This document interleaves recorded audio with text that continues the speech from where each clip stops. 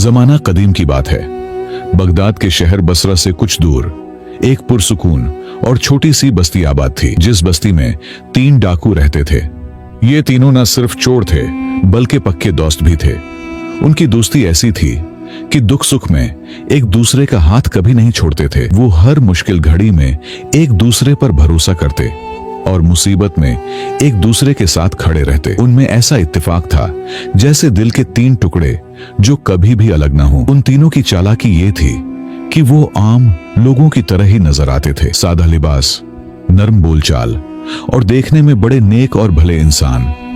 बस्ती के लोग उन्हें शरीफ और अच्छे इंसान समझते थे, यहाँ तक कि उनके अपने घर वाले भी उनके असली चेहरों से ना वाकिफ थे। मगर हकीकत ये थी कि वो तीनों रात के अंधेरे में दूर दराज इलाकों में चोरी करने निकल जाते और बड़ी सफाई से चोरी करके सुबह होने से कबल वापस अपनी बस्ती में आ जाते। एक दिन तीनों दोस्तों ने आपस में बैठकर एक नया मंसूबा बनाया। उन्होंने कहीं से सुना कि एक दूर दराज इलाके में बहुत अमीर लोग बसते हैं, जिनके घरों में सोना, चांदी और कीमती चीजें आम पड़ी होती हैं। ये ख्याल जहन में आते ही उनके दिलों में लालच जाग उठा। उन्होंने सोचा, अगर हमारा वहां के किसी भी अमीर घर में डाका पड़ जाए तो एक ही रात में किस्मत बदल सकती है। फिर न ही छोटी छोटी चोरियां करनी पड़ेंगी और न ही हर रात खतरा मोल लेना पड़ेगा। तीनों ने अच्छी तरह सोच विचार करके मंसूबा बनाया और आखिरकार एक खतरनाक मगर लालच से भरपूर काम के लिए तैयार हो गए। अगली सुबह वो अपने घर वालों को यह कहकर निकले कि वो काम की तलाश में किसी दूसरे शहर जा रहे हैं। चुनांचा अगले दिन वो अपनी मुकर्ररा जगह पे इकट्ठे हुए और घोड़ों पे सवार उस अमीर शहर की तरफ रवाना हो गए। ये सफर आसान नहीं था। शहर उनकी बस्ती से काफी दूर था, मगर वो एक हौसले और उम्मीद के साथ चलते जा रहे थे। रास्ते में एक रात उन्होंने जंगल में क़ियाम किया और अपने इस मंसूबे को 100% कामयाब बनाने के लिए कई तरकीबें सोची। तीनों दोस्त इस बात पर कायम थे कि अगर कोई भी मुश्किल वक्त आन पहुंचा तो एक दूसरे के लिए जान देने से भी गुरेज नहीं करेंगे। लेकिन दोस्तों, पैसा और दौलत ऐसी चीज है जो इंसान की नीयत बदलने में ज्यादा देर नहीं लगने देती। अगले दिन वो फिर से सफर पर निकले। वो तीनों तेज रफ्तार में अपने घोड़े दौड़ाते जा रहे थे। आखिरकार 2 दिन मुसलसल सफर करने के बाद वो शहर पहुंचे। उनके चेहरों पर जरा सी भी तहकावट न थी, बल्कि ऐसी मासूमियत और सच्चाई झलक रही थी कि जो भी उनसे गुफ्तगू करता फौरन ही उन पर भरोसा कर लेता। तीनों दोस्तों ने शहर पहुंचकर एक सराय में डेरा डाला और खाने पीने का बंदोबस्त किया। मगर उनके दिलो दिमाग में तो सिर्फ एक ही ख्याल गर्दिश कर रहा था, और वो था आज रात के डाके का, जो शायद उनकी किस्मत बदल सकता था। कुछ देर आराम करने के बाद वो खामोशी से बैठकर रात के अंधेरे का इंतजार करने लगे। वक्त गुजरता गया, सूरज गुरूब हुआ और अंधेरा छा गया। जब रात गहरी हो गई और चारों तरफ खामोशी फैल गई तो वो तीनों आहिस्ता आहिस्ता उठे और अपने बनाए मंसूबे के मुताबिक शहर के घरों की तरफ रवाना हो गए। उन्होंने पहली रात तो आसपास के घरों का मुकम्मल जायजा लिया, लेकिन ज्यादातर घरों पर मुहाफिजों और सख्त पहरे का इंतजाम था। उनकी पहली रात इसी जांच पड़ताल में गुजर गई। अगले दिन भी जब वो सारी रात घरों की जांच पड़ताल में फिरते रहे और थक हार कर वो एक पुराने से घर के सामने आकर खड़े हो गए और कुछ गुफ्तगू करने के बाद चुपचाप उस घर में डाका डालने का इरादा कर लिया। उन्होंने दीवारें फलांगकर अंदर का मुकम्मल जायजा लिया और ध्यान से कान लगाकर सुना कि घर के अंदर कितने लोगों की आवाजें सुनाई देती हैं। थोड़ी देर इंतजार और तहकीक के बाद अंदाजा हुआ कि घर में ज्यादा अफराद नहीं और यही वक्त डाका डालने के लिए मुनासिब है। वो आहिस्ता आहिस्ता दरवाजा खोलकर अंदर गए। हर कदम पर उनकी नजरें घर में मौजूद तमाम हरकतों पर जमी हुई थीं। उनके दिल जोर जोर से धड़क रहे थे, मगर वो पूरे एतमाद के साथ कमरों की तलाशी ले रहे थे। अचानक एक कमरे में उन्हें एक बूढ़ी औरत नजर आई जो गहरी नींद में सो रही थी। वो काफी ज़ईफ लग रही थी और मुकम्मल तौर पर बेखबर थी कि घर में हो क्या रहा है। चोरों ने आहिस्ता आहिस्ता बाकी कमरों की तलाशी जारी रखी। आखिरकार एक कमरे में उनकी नजरें एक संदूक पर पड़े। संदूक में उन्हें कीमती सामान और सोने के सिक्कों से भरा हुआ थैला मिला। तीनों की आंखों में खुशी और लालच की चमक नमूदार हुई, जैसे उनकी मेहनत रंग ले आई हो। मगर उन्हें यह एहसास नहीं था कि उनके साथ आगे क्या होने वाला है। वो तो अपनी चोरी में मगन रहे और तीनों चोरों ने बगैर कोई देर किए रात के अंधेरे में सारा कीमती सामान चुपचाप घर से बाहर निकाल लिया। वो बहुत होशियारी से काम ले रहे थे ताकि किसी को भी पता न चल सके। उन्होंने सारे ज़ेवरात और कीमती चीजें थैलों में रखकर घोड़ों पर बांधे और अंधेरे में ही शहर छोड़कर वापस अपनी बस्ती की तरफ रवाना हो गए। मगर अब उनके सामने एक नई मुश्किल खड़ी हो गई। उनके पास कुछ ज्यादा ही कीमती सामान और दौलत थी, जिसकी वजह से उस सामान को छिपाना मुश्किल हो रहा था। अगर वो यूं ही बस्ती में दाखिल हो जाते तो पता चलने पर हर कोई यही पूछता कि सिर्फ 2 दिन में इतनी दौलत कहां से आई। उनकी चोरी का राज जाहिर होने का खतरा बढ़ गया और अब उन्हें समझ नहीं आ रही थी कि यह सारी दौलत कहां और कैसे छिपाई जाए। तीनों चोरों ने रास्ते में आने वाले जंगल में ये सब छिपाने का इरादा किया, क्योंकि वहां पर एक ऐसी सुनसान जगह थी जो कई सालों से वीरान पड़ी थी। इस जगह पे पहुंचकर इन्होंने सारा कीमती सामान छुपा दिया। सिक्कों से भरा हुआ थैला इन्होंने अपने एक साथी के हवाले कर दिया और बाकी सामान इस वीराने में एक गड्ढा खोदकर अंदर यूं छुपा दिया जैसे यहां कुछ हुआ ही नहीं हो। उसके बाद तीनों बस्ती पहुंचकर अपने अपने घरों की तरफ रवाना हो गए। उनके चेहरों पर मायूसी और थकावट के आसार थे, जैसे कोई काम न मिला हो और खाली हाथ वापस लौट आए हों। घर वालों को यही बताया कि बहुत कोशिश की लेकिन कोई रोजगार नहीं मिला, इसलिए वापस आ गए। एक दिन खामोशी से गुजर गया, मगर अगली रात फेरूज नामी जिस चोर के पास वो सिक्कों वाला थैला था, उसने वो थैला खोला। जब उसने गिनती शुरू की तो हैरान रह गया। थैले में पूरे 1000 सिक्के थे। उस वक्त ये काफी बड़ी रकम थी।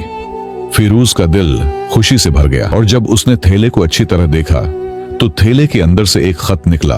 उसने वो खत पढ़ना शुरू किया, लेकिन अभी उसने कुछ ही सतरें पढ़ी थीं कि उसके हाथ कांपने लगे। दिल जोर जोर से धड़कने लगा। डर और अफसोस की हालत में वो जमीन पर बैठ गया। सारी दौलत, सारे सिक्के उसकी आंखों से ओझल हो गए। खत में कुछ इस तरह लिखा था, मेरी प्यारी बेटी, पता नहीं तू कब आएगी। तेरा वालिद भी दुनिया में नहीं रहा और अब मैं भी आखिरी सांसें ले रही हूं।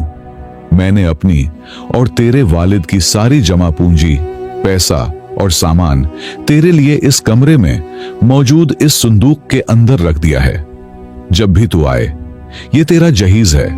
हमारी तरफ से इसे कबूल करना, शादी करना और खुशी से अपनी जिंदगी गुजारना। मैं नहीं चाहती कि मेरी तरह तू भी गुर्बत की जिंदगी गुजारे, इसलिए मैंने अपना सब कुछ बेचकर और कुछ भीख मांगकर तेरे लिए बेहतर सामान खरीदा और कुछ रकम भी रख दी है। मैं तो मर ही जाऊंगी, मगर तू इस दौलत के साथ अपनी जिंदगी खुशी से गुजार लेना।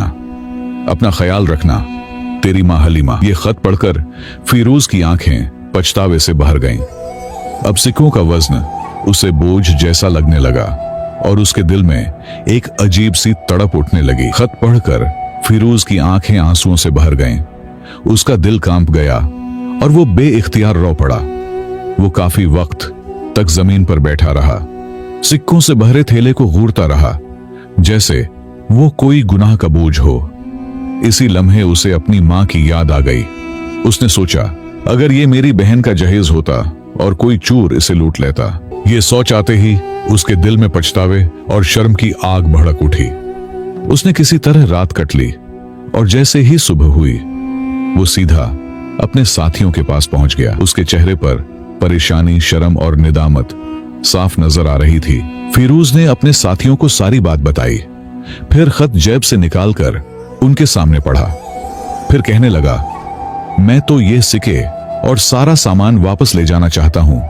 ये हमारा नहीं है, ये किसी मां की आखिरी उम्मीद है। उसके साथियों ने उसकी बात सुनी और खामोश खड़े रहे, मगर उनके दिलों में एक तूफान सा मच रहा था। उनमें से एक आगे बढ़कर बोला, ना भाई ना, ये काम बिल्कुल न करना। अगर खलीफा को पता चल गया कि ये सारा सामान तेरे पास था तो वो तेरे हाथ काट देगा और पता नहीं कौन कौन सी सजाएं देगा। और वैसे भी ये सामान हम तीनों ने मिलकर लूटा है, इसलिए अगर तू वापस करेगा तो हम भी पकड़े जाएंगे और हमारा हिस्सा भी जाये हो जाएगा, और हम ये बात कभी बर्दाश्त नहीं करेंगे। दूसरे ने भी फौरन कहा, हम ये सामान वापस नहीं करेंगे, किस्मत ने दिया है।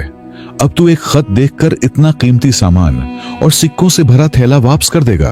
क्या तेरा दिमाग ठीक है? उनकी बात सुनकर फिरोज बोला, ठीक है, अगर तुम दोनों का यही फैसला है तो मैं तुम्हारा हिस्सा अपनी जेब से दे दूंगा। खलीफा की सजा भी अगर मेरे ऊपर आए तो मैं वो भी हंसकर कबूल कर लूंगा, लेकिन मैं एक माँ के आंसू और एक लावारिस बेटी की बर्बादी बर्दाश्त नहीं कर सकता। मैं गुनाहगार तो हूं, मगर इतना गिरा हुआ नहीं हूं। अगर मैं सामान वापस न करूं तो यकीन मानो मैं पागल हो जाऊंगा। हर रात ये खत, ये अल्फाज मेरे दिल को चीरते रहेंगे। फिरोज ने अपने दोनों साथियों की रजामंदी या नाराजगी की कोई परवाह किए बिना सिक्के वाला थैला साथ लिया और जंगल में पहुंचकर सारा सामान निकाला और घोड़े पर रखकर अकेला ही शहर की तरफ रवाना हो गया। वो सारा दिन सफर करता रहा। थकन के बावजूद वो खुद को हल्का महसूस कर रहा था, जैसे कोई बोझ उसके सीने से उठ गया हो। आखिरकार 2 दिन के सफर के बाद वो शाम के वक्त उस शहर पहुंच गया जहां से उन्होंने सब कुछ लूटा था।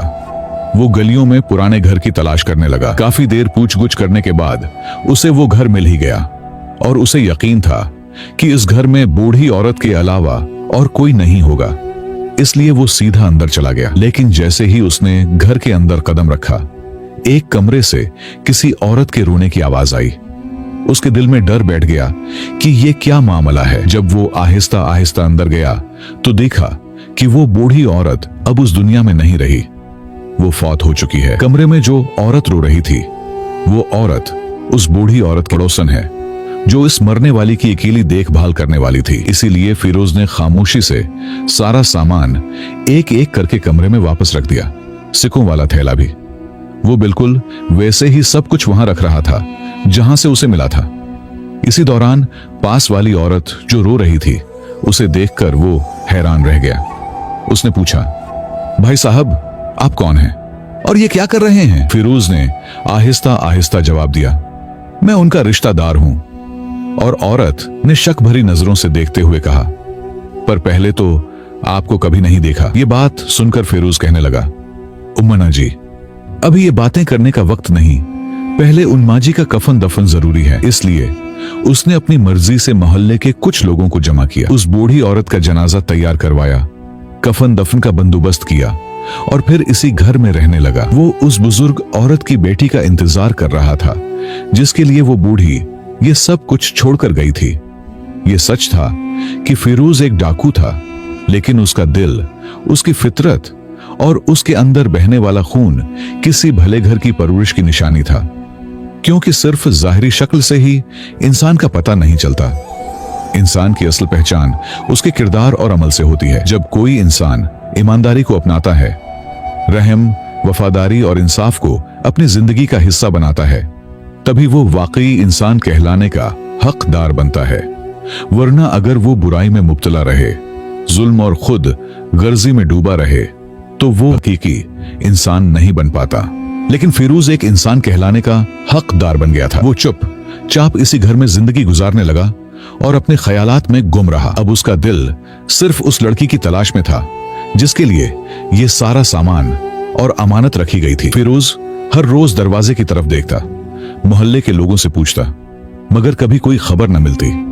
चंद ही दिन गुजरे थे कि अचानक एक परेशान हाल लड़की उस घर में आ गई। वो कमरे में दाखिल हुई तो एक अजनबी को बैठा देखा। वह बड़ी हैरान हुई और पूछने लगी, तुम कौन हो? मेरी माँ कहाँ है? मेरे अब्बू कहाँ हैं? फिरोज ने आहिस्ता से जवाब दिया, मैं एक अजनबी हूँ। तुम्हारी माँ काफी वक्त से बीमार थी और कुछ दिन पहले उसका इंतकाल हो गया। मुझे यह भी मालूम हुआ है कि तुम्हारे बाबा भी कुछ वक्त पहले दुनिया से रुखसत हो चुके हैं। ये सुनकर वो लड़की जैसे अंदर से खत्म हो गई। उसके आंसू रुकने का नाम नहीं ले रहे थे। वो हो गई है, अकेली रह गई थी। इसकी हालत देखकर फिरोज का दिल भर आया, लेकिन फिरोज ने इन औरत को संभाला और उससे हौसला देते हुए कहा, मौत एक हकीकत है और जिंदगी मौत की है। अमानत है और ये मौत किसी वक्त भी आ सकती है। इसके लिए कोई वक्त उम्र का मुकर्रर नहीं। लेकिन मुझे तो तुम पर गुस्सा आ रहा है कि तुम अपने माँ बाप को इस हालत में छोड़कर क्यों गई। वो औरत चुपचाप फिरोज की बातें सुन रही थी। इस औरत ने पहली बार एक अजनबी की आंखों में अपने लिए दुख, हमदर्दी और दर्द को महसूस किया। इस औरत ने बड़ी नरमी और कांपती आवाज में कहा, मैं दरअसल अपने माँ बाप की मर्जी से कुछ वक्त पहले अपनी खाला के घर दूसरे शहर चली गई थी। दरअसल मेरे माँ बाप बहुत ज्यादा गरीब थे। कभी कभी बात नौबत फाकों तक भी आ पहुंचती थी। बाज औकात तो मेरे वालिदैन भीख मांगने पर भी मजबूर हो जाते थे, लेकिन वो नहीं चाहते थे कि मैं भी उनकी तरह भीख मांगूं। लेकिन आज मेरा दुख हल्का है, करने वाला कोई नहीं है। मैं बेसहारा तो पहले ही थी, अब यतीम भी हो गई हूं। लेकिन तुम बताओ, तुम कौन हो और मेरी वालदा को कैसे जानते हो? फिरोज ने अपनी नदामत का बोझ हल्का करने के लिए सब कुछ साफ साफ बता दिया कि मैं एक डाकू हूं। मैंने तुम्हारे घर से कीमती सामान लौट लिया। अब अगर तुम चाहो तो मुझे सजा दे सकती है या माफ भी कर सकती है। फैसला तुम्हारे हाथ में है। इस औरत की आंखों में फिर से आंसू बहने लगे, लेकिन अब उनमें दुख के साथ साथ हमदर्दी और शुक्रगुजारी भी थी। और उसके अंदर एक अजीब सी नरमी पैदा हो गई। उसके साथ साथ उसके दिल में फेरूज के लिए जगह बनने लगी। फेरूज कहने लगा, अब ये घर, ये सारा कीमती सामान सब कुछ तुम्हारा है और तुम्हारे हैं हवाले है। अगर कभी जरूरत हो या कोई मुश्किल आए तो फलां बस्ती में मेरा घर है, मुझे जरूर याद कर लेना। अगर तुम मुझे माफ करती हो तो मैं चला जाता हूं। वो औरत फौरन बोली, नहीं, आप मुझे अकेले छोड़कर नहीं जा सकते। आपने ईमानदारी और सच्चे दिल से एक माँ की अमानत वापस की है और मुझे यकीन है कि ऐसा काम कोई आम इंसान नहीं कर सकता। अगर तुम चाहो तो ये सिक्के रख लो, यहां ही कोई कारोबार शुरू करो, पर मुझे छोड़कर न जाना। कुछ दिन गुजरे तो पड़ोसन के कहने पर दोनों की शादी हो गई। फिरोज अब कोई डाकू नहीं रहा, बल्कि एक ईमानदार ताजिर बन चुका था। कुछ वक्त के बाद उसके दोनों पुराने दोस्त भी उसके घर आए।